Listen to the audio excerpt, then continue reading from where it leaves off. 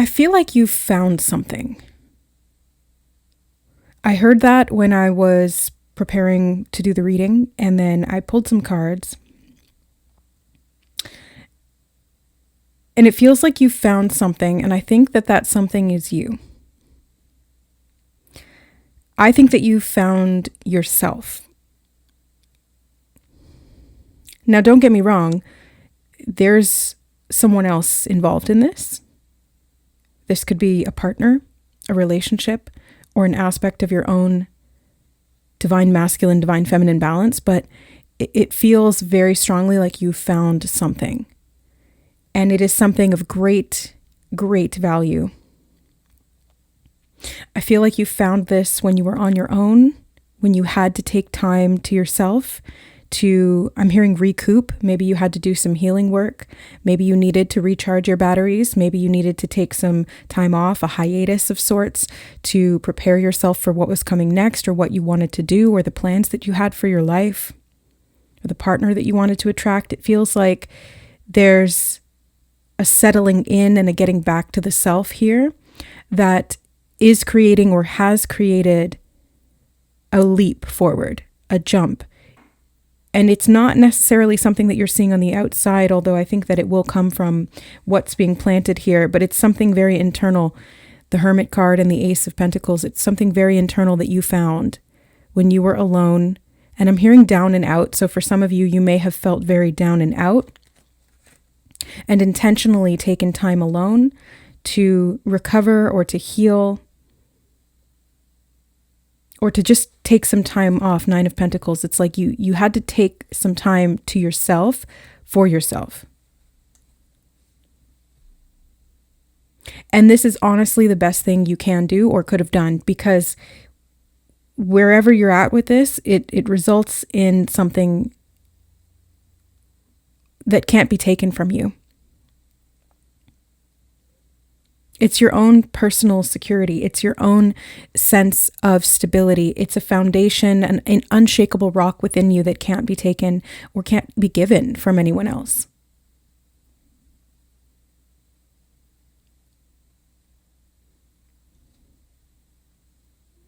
And this may not have been something that you actually wanted to do initially. You may have resisted going into this solitary space or introspecting or following your intuition to take some time off or whatever you needed to do here. But ultimately, as you did this, it put you into flow. But the reason I feel like it was uncomfortable is because it's like taking that time to be still, or taking that time to slow down, or taking that time to just be with yourself alone. It brings up a lot of stuff, you know? It's where we don't want to look, because if we look into the self, everything that we've put to the side or we didn't want to see starts to come up when we're alone. Everything that has not been dealt with, all of those racing thoughts, all of those bad ideas, all of those past wounds, all of the shame, all of the mistakes, everything starts to come to the surface. That doesn't always, right? That's not always the case, but I feel like this was something uncomfortable for you. And especially in the age of distraction, I think this is going to apply to many, many people. But whoever this reading is for, it feels like you were willing to open that door. You were willing to kind of look at what was going on within you. And when you peeked below the surface, you actually saw something very valuable there and very tangible, something that you could take with you out into the world, and that is preparing you or will prepare you for what is to come. And I feel like what is coming is a lot of very anchored, grounded things in your reality that are built off of this internal foundation. So you got out of your comfort zone here in a big way.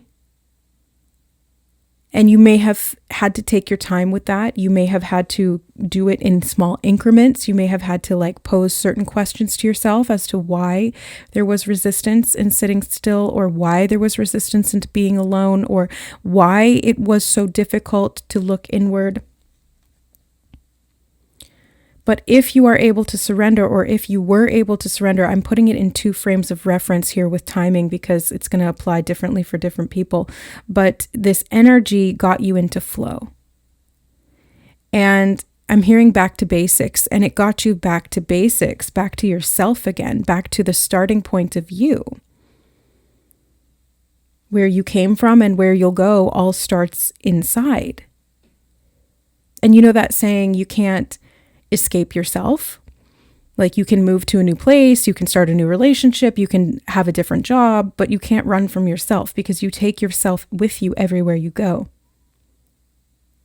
And I feel like this necessary settling into the self and acknowledging the self and taking time to actually reward the self when hard things have been done, like going outside the comfort zone in this way, it really brings you back to this stable foundation that makes everything else that you do turn to gold. And that's what I'm seeing here. You've got the Midas touch. You may not be feeling this yet. If you're still in this hermit phase, let yourself rest, let it rest. And I'm seeing a steak resting in my mind's eye, which is funny. You know, like after you cook a steak, you have to let it sit for a bit so that the juices absorb. Because if you cut into it too soon when it's still hot, all the juices escape and it's not as flavorful. So there's something here about you letting yourself rest in the sense that you're letting these juices absorb. You're like getting your life essence back and putting everything back in its place again. It feels like you've been clearing some stuff out of yourself, but you've also been reorganizing, or you've been putting yourself back into alignment is really what I'm getting here. And from that, everything that you manifest, everything that you touch, every relationship that you interact with, every job thing that you want to do, like, I don't know what this is going to apply to, but I do have, there's just so much wealth here. Man holding a heart, man holding a coin, the King of Pentacles, the Nine of Pentacles, the Four of Pentacles, and then to top it all off, door to personal healing and happiness. So I feel like you opened this door and you said to yourself, I have to sit with me, or this is what you're being encouraged to do, so that I can find that inner stability, this inner masculine energy that is balanced perfectly with the heart and the material realm, with the emotion, with spiritual flow, and with the stability and anchoring of the physical reality. And this is why I'm saying the energy of this individual that I'm tapping into, or this group of people, or this storyline, is very much about the tangibility of the work that you're doing that can't be seen. This is very internal work with the hermit. This is flow energy that is not visible to the naked eye. This is something that has occurred behind the scenes within you, and you're the only one who can see that. You're the only one who knows if you've done this work. But guess what? At a certain point, this work does become visible, because as soon as you start interacting with the world from that level, from that foundation that can't be shaken or taken from you, that you've created and that you have to maintain, by the way, you do have to maintain it. You have to come back there. It's not a one and done situation. However, once you've done that work, you know that, and you keep coming back there. And from that, your life will start to change. People will know the work you've done based on what you did behind the scenes when no one was looking. Not everyone's going to know that, but people who know this work themselves will know that, because they'll look at you and they'll recognize what you've been able to accomplish within you, the work that you've dedicated to rebuilding yourself here. And I feel like this was a massive project. It is a lifelong project, rebuilding the self, making the self, and taking away anything that was placed into or onto you that was not yours, anything that was fabricated, that was not from your authentic substance, your authentic material, anything that was blocking the flow. And I feel you coming back into center and coming back into the sorting of yourself into these necessary categories that all line up and stack together and work as a system. And what people are going to see on the outside and what you're going to see and recognize on the outside is that all of that internal work was worth it. It was the most valuable thing that you could have done. It was the most worthy investment of your time and energy. Why? Because Everything that you do, everything that you attract, everyone that you will meet, every action that you take is built off of that foundation. If that foundation is rickety, if that foundation is a black hole, God forbid, or if that foundation has a fault line in it that can break anytime someone pokes it, you can bet that everything you try and build is going to crumble eventually because that foundation is not strong. But you took the time to make it strong. You took the time to rebuild yourself. You took the time to get to know yourself, which is part of the rebuilding process. And in that, to allow things to move in a way that you may have felt uncomfortable with this, but I think at the same time, it was actually very empowering, or it becomes empowering in the embracing of it. Because getting out of the comfort zone in this way and having to go and sit with the self and look at these things and address these issues and deal with what's there, it's kind of like cathartic in a way. It's like you put it off, but the second that you actually sit down to kind of take things apart and look at the inner workings and see what was placed there that wasn't supposed to be there or that was gunking up the works, it's a healing process in and of itself, because you're able to see the way that something works and why it wasn't. And you can put it back together the way that you want to. Because I feel like I keep getting the word of fabrication, and I feel like there was somebody else or like multitudes of different people throughout your lifetime that fabricated parts of you and then like jammed them into the cogs of these wheels that have motion that are meant to flow naturally, your own like stability, your own underpinnings. And what people shoved into that system didn't match with the system and therefore prevented its flow or derailed it, destabilized it is the word I'm getting, destabilized it. And so you really had to like take some time and sit with this and look at this and go, what the heck is going on here? Why is this not working? Why is this going wrong? Why is everything I build crumbling? Or why is my luck so bad? But it wasn't that. It wasn't luck. It was this foundation. It was this inner stability or lack thereof. So the inner work that you're doing now is not for nothing. I can tell you that very, very confidently, because I feel this in your energy. And I feel you gaining that confidence. I'm hearing step by step and baby steps. So take your time with this. It's not a rush. It's not a race. It's a marathon. And you are meant to train for that. And you are meant to fuel yourself properly for that. And you are meant to pace yourself. From that, everything that you need and want will be accomplished. The physical reality will reflect this. But you've got to give yourself time to become that version of you that is unshakable. No matter what happens, you always bounce back. You can be you, and you can rebuild yourself as you, because you know the inner workings of that. And you can add things that improve the system, and you can take out things that are slowing it down. There's always room for improvement and efficiency, but it's not something that you have to be focusing on once you've got that stability. It's like, if it ain't broke, don't fix it. But if there is something broke, then it does need to be looked at. You do need to take it apart. You do need to understand the inner workings, because clearly something's not happening there that should. And it's not to say that you're broken. It's to say that there were parts placed into you that weren't yours. I keep seeing like a clock or like the inner workings of a stopwatch, and all these cogs and gears are moving together. They're meant to flow as one. And there's that energy source of like the quartz crystal that powers it all up and keeps it going. And it's almost like people fabricated, like 3D printed these parts that were good for their watch, whatever, or good for their idea of what they thought your watch was, and they smushed them in to your inner workings. And a lot of that just didn't work. Even if it was well-intentioned, it wasn't meant to be there because you didn't place it there. And if you think about it, ourselves as a system, like as a human being, we're not really planned. I mean, We come into this world with a body, with a soul, with a mind ready to be shaped or warped, ready to grow, ready to learn, very impressionable. And it's not like there's a blueprint for life. I mean, there is at a soul level, but I'm talking more at like the human ego level.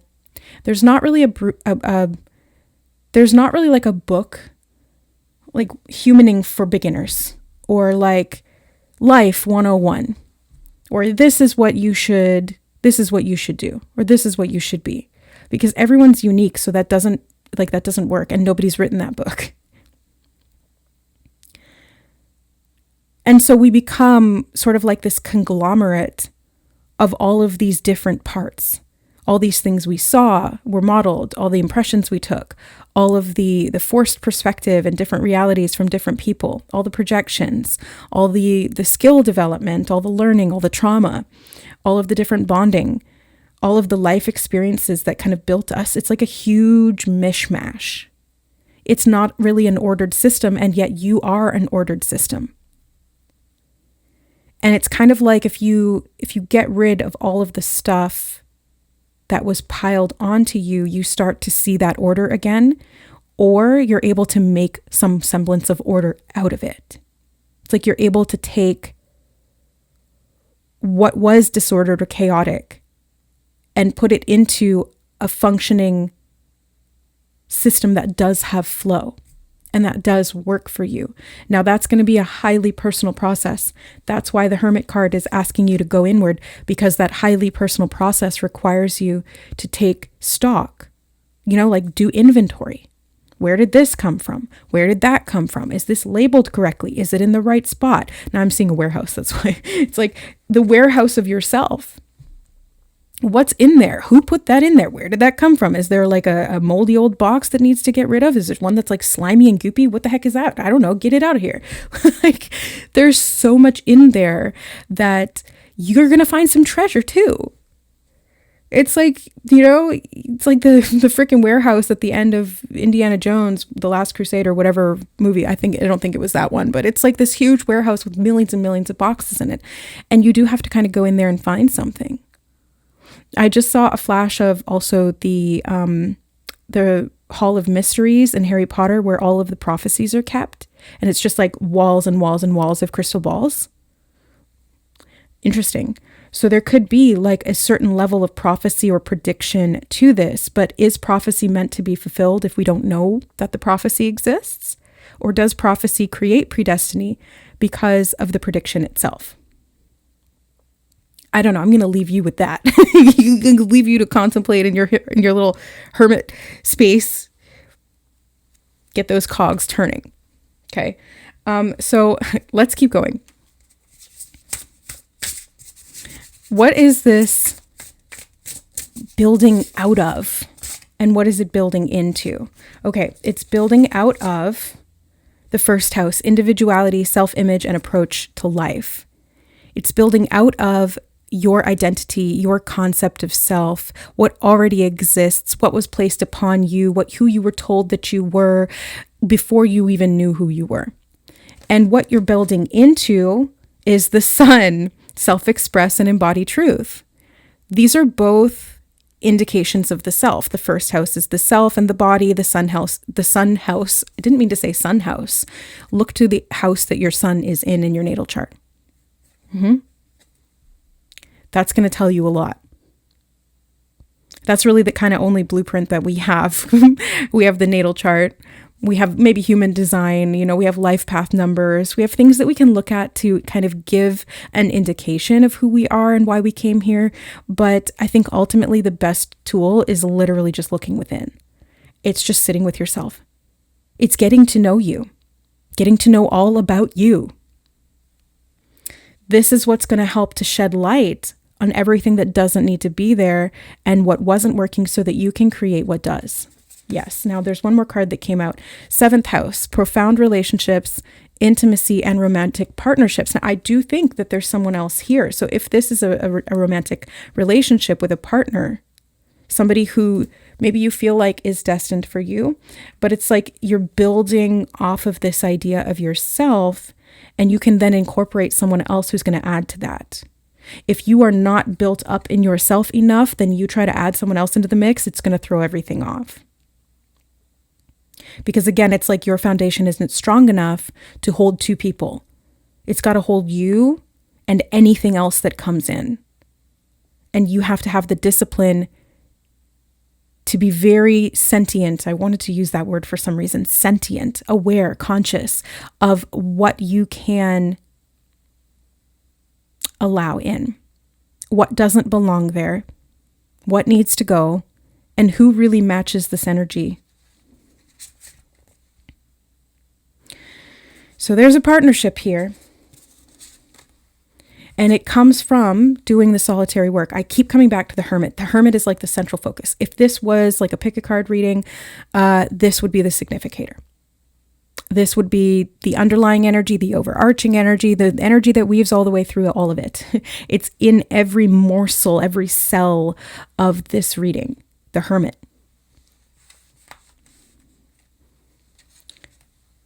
So you taking time to look back at your past is going to be the best thing you can do. And look what's on the bottom. Cardinal signs: Aries, Cancer, Libra, Capricorn. Instigation, bravery, and a pioneering spirit.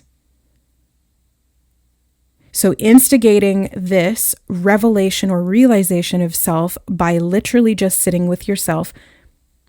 Meditation, journaling, these are tools that everybody talks about, but literally just sit with yourself. Just be with yourself. Just be alone with you. Don't distract yourself with your phone or with your TV or with another person or with outside things or with work. Just be.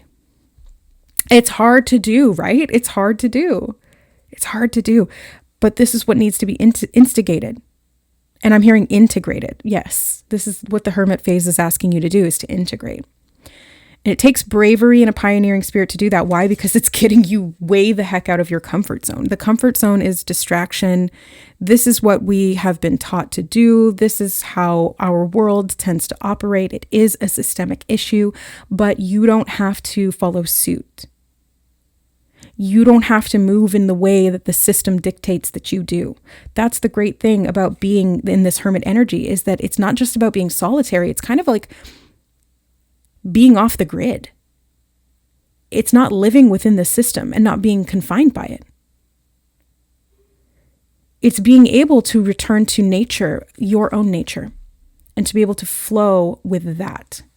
And I'm hearing go deep, and I'm being shown like delving into the inner earth and uncovering, and I'm hearing the word substrate, which is like this foundational level or layer.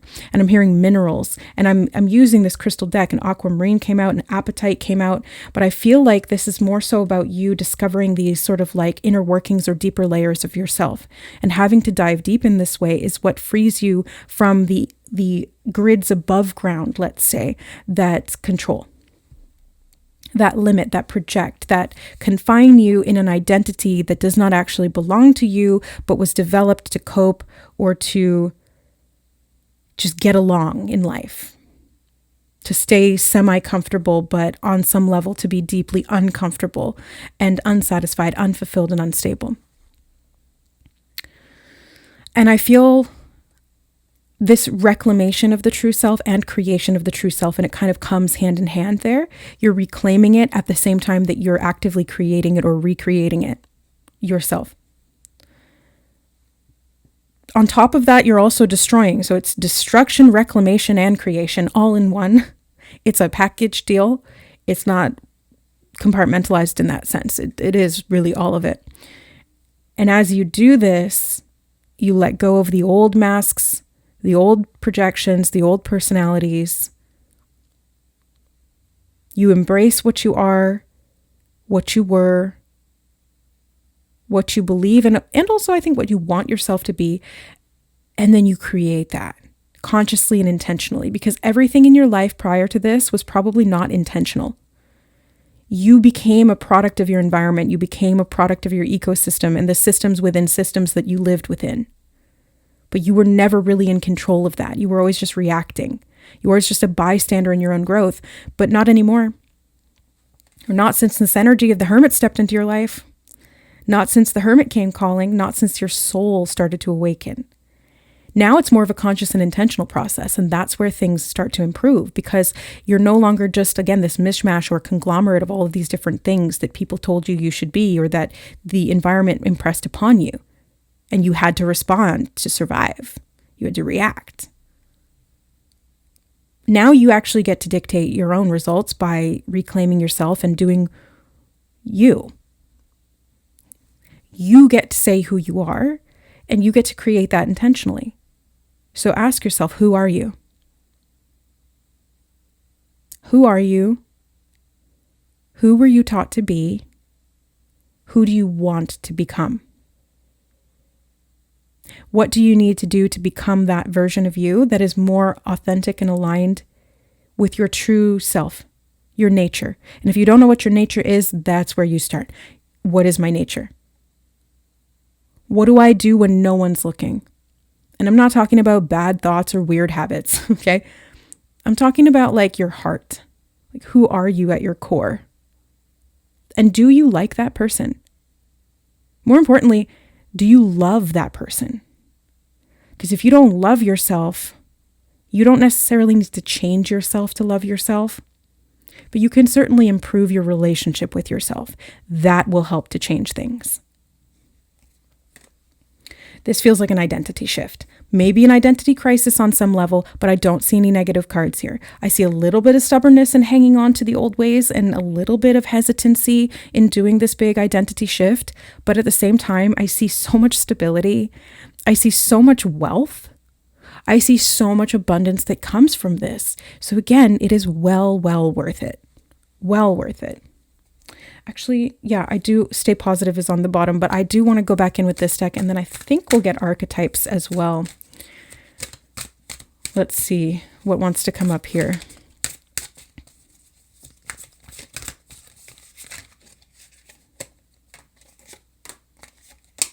Okay.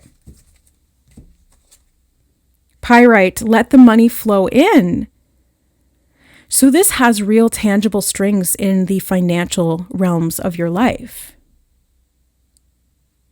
It's like your confidence, your security in yourself, as you build that back up again, you start to see that. It starts to literally be reflected to you in the outside world. Your own self-worth, your self-esteem. You're able to actually move forward with that. I'm hearing greater intimacy with yourself. There could be a partner that comes in that very much mirrors this pyrite energy, and go with the flow and let the money flow in. It's like money is often, like, the terminology even is very water-based, you know? It's like cash flow, currency, currents. You know, there's so many more that I just can't think of off the top of my head. But if you look at all of the terminology around money, it's very water-based, which is interesting because in the tarot, finances are often represented by pentacles, which are earth-based energy. It's earth elemental energy. But everything that we associate with money is water elemental. So maybe there's something about the understanding of the nature of these elements that is going to help you understand yourself and create that stability that does let this money flow in, or does let this financial prosperity, or the sense of that. It doesn't have to like be $1 million, but it's like you feel like $1 million and you have a reflection of that on the outside, or this person makes you feel like $1 million because you've already created that security within yourself. Because nobody can make you feel like something that you don't already feel like, unless it already exists within you and it just gets played up or expanded upon. Like, if you think you're not worth anything and someone says that, you could tell yourself all day that I'm worthy, but it's gonna flare up that little, it's gonna come up like I'm not worthy. They said it, they saw it. Oh my God, they saw right through me, but that's actually not the truth. It's just a reflection of this insecurity or this wound that the hermit is helping you to heal. It's helping you to find and access and understand. And I'm hearing rewrite the programming. So it's kind of like going into a computer, finding where that malware was installed without your consent and uninstalling it, cleansing the system. Not completely rebooting it, but Because I don't feel like you're starting from scratch here, but you're definitely installing a new program. I feel like that's what this Ace of Pentacles is. It's like you're taking out the insecurity program and you're installing the abundance program. Let's look at it that way. Angel light, support is all around you. I'm hearing respite and I'm seeing the star card in my mind's eye. So there's a lot of support, especially support that you don't see. And the greatest support that you can give and receive is always going to come from you. You are your greatest supporter. You need to be your biggest cheerleader. You need to be your own, I'm seeing like Sigmund Freud. It's kind of like you are all of these different roles to yourself. And there are other people that can help to build those roles up or to show you those parts of yourself. Everything's a mirror. The outside is a mirror. It's not you, but it is a mirror of you. And as you understand these different roles, these different archetypes, these different identities within the self, you understand the true level of support that you have, because everything you've ever needed, all the resources, they're literally at your fingertips because they're inside you. Blue lace agate. It's funny because when I was pulling the cards, I had remembered this crystal. It actually came into my mind last week. I heard blue lace agate and I had completely forgotten about it. And then I pulled this deck and I was pulling these cards and I was looking at appetite and I was thinking to myself, blue lace agate. Yeah, I remember that came up in my head before. And then now here it is. Okay. Find your calm. The calm amidst the storm, the eye of the storm is always you. You are the center of yourself. You're not the center of the universe. You're not the center of reality. Other people are not just NPCs. Everyone has a subjective central experience as well. Okay? This is not about egotism. Actually, it's the opposite of that. It's about getting out of egotism and self-centric thought. It's being able to understand the complexity of systems within systems within systems. You are one system. There's multiple systems inside of you, and you are existing within a system of other systems. It's huge. It's massive. And whatever you zoom in or zoom out and zoom in, you will see different levels of that. But finding your calm and finding your peace is the necessary requirement for understanding these different levels of the system of yourself. From that, everything can be created. Anything can be created. Anywhere at any time. And I think part of this is you remembering that. Not just learning that, but more importantly, remembering that. Remembering yourself. And your true wealth, it's in there. Okay. Let's get, I'm hearing the Aristocrat. I'm seeing the Aristocats movie. That was so random. Ladies don't start fights, but they can finish them. Maybe there's something about your inner archetype of the aristocrat that wants your attention right now. Maybe that's a good place to start for someone. If that feels like it calls to you, this hermit may be asking you to explore that theme of yourself or what that could mean for you, what that represents. Feels like genteel.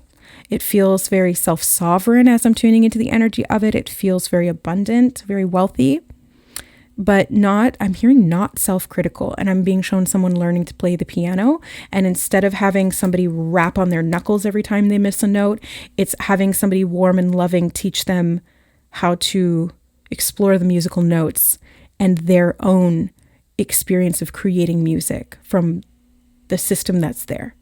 You know, the white and the black keys. It's like, these are the different notes. You've got a scale of these different notes. And it's not about being rigid and conforming to a playing of a certain song. It's about finding your own flow, your own rhythm, and creating your own music. Okay. Oh, wow. We have the shaman. Ooh, okay. So this is like a massive transmutative journey and process for you. This is, again, lifelong. This does not culminate now. This does not finish now. This does not even start right now. This is something you've already been doing. It's something that you will continue to do. And until the time that you cross the barrier into the afterlife, you cross that spirit threshold, you'll still be doing it. But the path of the shaman is the one less traveled. It's not something that everybody does. That's why the hermit goes and seeks solitude and does this kind of off the grid, because it's not something that everybody necessarily understands, because it's not something that everybody can do. And it is rare in that effect. The diamond here, look at that. Abundance, wealth, digging deep into the earth to find these minerals, these crystals, these diamonds that have catalyzed through your own growth. And I'm hearing the word interpretation. Interesting. Interpretation. What? Interpreting your growth? Interpreting what you find as treasure, as valuable? And it depends on your perspective of that. Or perhaps what you find is dependent, or how you value what you find is dependent on how hard you had to dig or how far you had to go. I don't know. You interpret that how you interpret that. But this is definitely a transmutative, deeply, deeply healing, transformative process. And it's like you are your own shaman. You are your own guru. You are your own healer.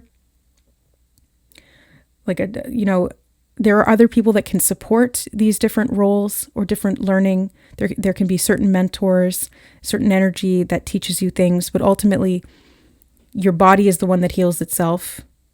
Your soul is the one that heals itself. Your mind is the one that heals itself. Any support that comes from the outside just teaches you how to do that better, more efficiently. And the vow, whoa. Again, this little gemstone in the bottom here, the diamond.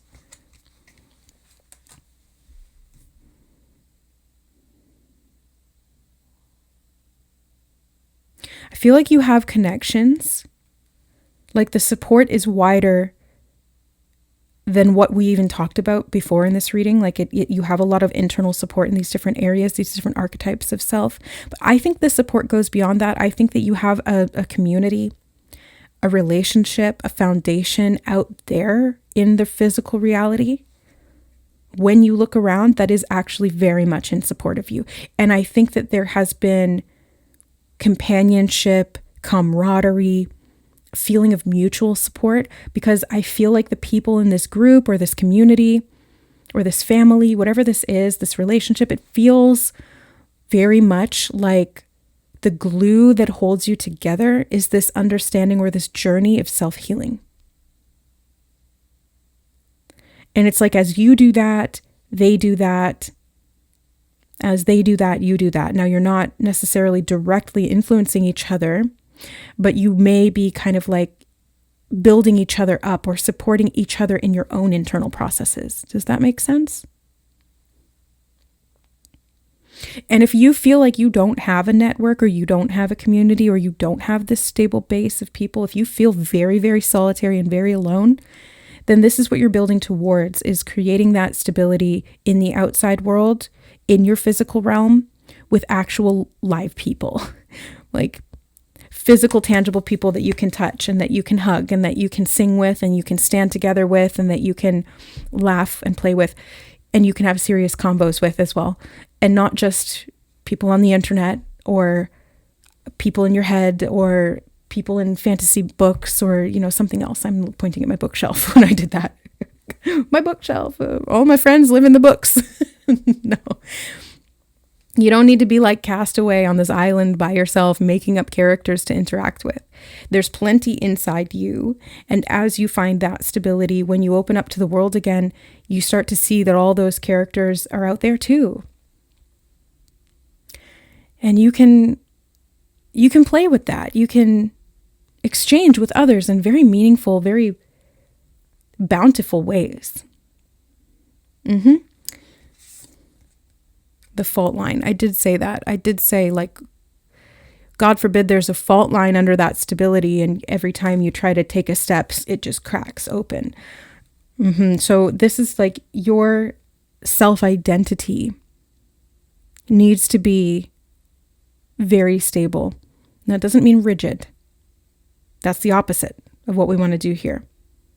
Because I'm seeing earth and water mixing together to make mud. It's malleable. It flows. You can build with it. When it dries and hardens, it can, or if it's fired, it can become very solid. But the most stable things are those that do have some flexibility. Like a tree without wind resistance ceases to be able to stand on its own. Yes, it might have stable roots, but it also needs that flexibility in the trunk, because if it's too rigid, it'll just be blown over. It will not be able to bend. So there's kind of like a fine line here between conforming and being too rigid versus being too abstract or non-conventional and being too kind of like ungrounded, or the word that's coming to mind is airy-fairy, which I don't actually like, because I find myself a very airy-fairy person, and I don't think there's anything wrong with that. But that's what's coming to mind. So it's kind of like this ungrounded self. And I think the real sort of shamanic in-between energy here is being both. It's being able to move between both. Being able to create stability in these stable, strong, solid foundations, and also flow, and also move, and also change, and also grow past the comfort zone, not staying confined in that one space until it cracks and you have to move or you have to escape. It's like actually being able to move as you're called and as feels aligned. Okay. Anything else you want to say, Spirit? Yeah, go back in with this deck again. More archetypes to explore. The storm. Yeah, I did say that as well. You are the eye of the storm. And the storm and the earthquake here with the fault line, it feels like things may be shaken up. You may feel like you're going through a storm. And if that is the case, then sit with yourself and be in solitude and be in peace, because that inner storm is raging to help you to see what parts of the self need to be seen, be held, I wanted to say so many different words there, but I can't find the right one. It's like loved. Let's just say that. Loved. It's part of you that needs to be loved. And on the bottom, the destroyer. Yeah, that's what I mean. It's an act of destruction, it's an act of reclamation, and it's an act of creation all in one. It's this liminal space between all of these different aspects because it is shamanic healing. It is not one thing. It's not linear. That's why you have to flow with it. And then the mentor is on the top. So on the bottom's the destroyer and on the top is the mentor. So it's like you are destroying an old way of doing things because this mentor part of yourself is awakening. That's what the hermit does. That's what that solitude, that self-reflection really helps us to cultivate, is our own inner mentor. Reflections of that on the outside, sure. People, they come in, they go, that's fine. But that inner mentor stays. This is the transmutative process of healing. I'm seeing a snake shedding its skin, and it's like this old identity falling away, and you realizing you have the power of this inner mentor within you. It never was needed on the outside in the same way that you thought that it was. Like there's no need to be dependent on anyone else. On anyone else. You can be completely independent and autonomous. Now, again, that does not negate these inspirational, I wanted to say, okay, I didn't mean to say that, but that just channeled through inspirational relationships. It doesn't mean that you go it completely alone, because it's not one or the other. It is flowing and moving between both. This is the liminal space of the shaman. This is the in-between. This is what the mentor helps you to activate within yourself, is the knowing of which side you're leaning on and where you need to be at any given moment. And your ability to move with that practically and intuitively is beyond helpful. It is the most important thing because it's your compass. It's literally everything in life. I cannot understate that, overstate that. I want to say I cannot overstate that. But since I said understate, it's like, again, the state of the self that is underneath, that is hidden within. And maybe you have on some level undervalued that. undervalued your own inner knowing, undervalued your own self-worth, caved in your own sense of self-esteem. And now you're rebuilding it, or you're digging yourself out. The vessel and the nectar. Ooh, yeah. And the womb. I was like, I feel like this is womb space cleansing or healing. The vessel, it's like your body. The vessel is also your identity, I'm realizing as well, because the identity kind of holds, it is like a vessel for the self. Because really, you're the observer. You're not the identity. You're not the ego. You're not any of those individual archetypal characters of the self. You're not the mentor, the shaman, the storm, the destroyer, the vow, the womb, the nectar, the vessel. You're not any of those things. You contain those things in this vessel of your identity, of your spirit, your soul, yourself, the house of your being. But you are not that.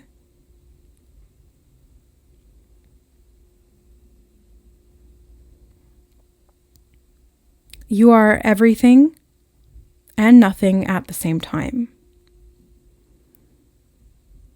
You are the molecules within the brick, within the mortar, within the wood framing of the house. You are the house itself. You are the birds that land on its rooftop, and you are the people who live within it. You are the tiny mice scurrying around behind the walls and the bones buried beneath the earth. You are everything. And there's a deep, deep healing of this knowing.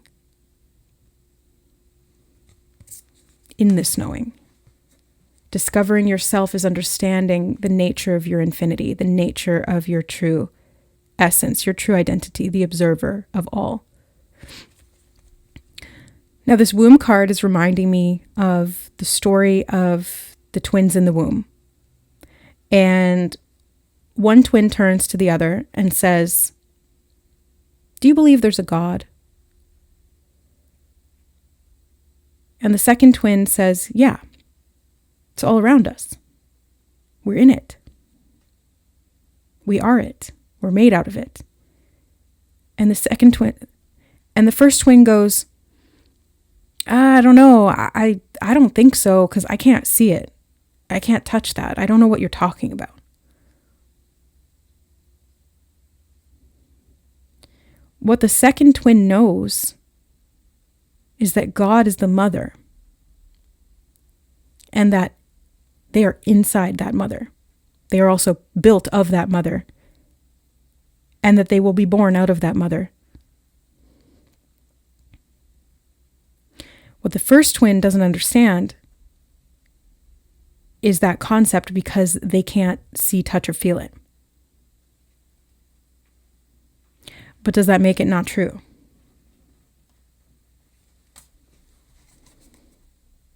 Oh my God, on the bottom is the mother. Of course it is. Of course it is. The mother. And the maiden. The mother, the maiden, and the crone. This could be about exploring these different aspects of the female. And I'm hearing female wounding. I know a lot of the people who are drawn to my readings, or a lot of the souls that I work with, are feminine. Not just female, but feminine polarity. And if you are a physical masculine, if you are gender masculine, XY chromosomes, you're welcome here too. Because we all came from the womb. We all came from the mother. Not just our own, but the great mother, the void space, the creation realms. And your vessel, your body, gives birth to life, whether you're male or female. Why? Because you're a creator. And I'm hearing dominating the inner space. And I want to ask you, what have you allowed to dominate this inner space that has been creating with your creatorship, but without your consent necessarily, or without your conscious or cognizant? Claircognizance could be important. Without your awareness. So you want to look to what's being manufactured from within you, what's being created, what needs to be adapted, altered, shifted, changed, built up stronger, and where do you need to feed in those intentions so that what is created is more of you the real you, the true you, and what you need, rather than what you've been taught to create or what someone else has implanted in you that then creates something you don't want. Okay, the mother, wow. The self, the vessel, yeah, the body. Oh, and then water, I just split the deck and water came out. Pisces, Cancer, Scorpio, spirituality, emotion, intuition, and compassion. Take your time with the flowing of energy into all of these like previously untapped areas of the self. Because as you're flowing energy in there, you're bringing awareness, you're shining light on, and you're also cleansing out. And it takes time. And the Hermit asks you to take time, to give yourself that compassionate respite, to be with yourself, so that this exploration doesn't feel quite as destructive as it may be. And to know that you have the support within you and outside of you to move outside this comfort zone and become who you intend to be, not who someone else told you you were. I think I'm going to leave the reading there. No extended today. We will do another reading this week with an extended at some point, so stay tuned for that. I look forward to connecting at that time in the ethereal spaces energetically. I love you. Thank you for being here. If you enjoyed the reading, don't forget to like, share, subscribe, all the YouTube things that I feel silly saying, and I don't feel like I need to remind you because you're an intelligent being who can understand if you like something and you want to stick around for more of it. But yeah, okay, I love you. We'll see you next time. Bye.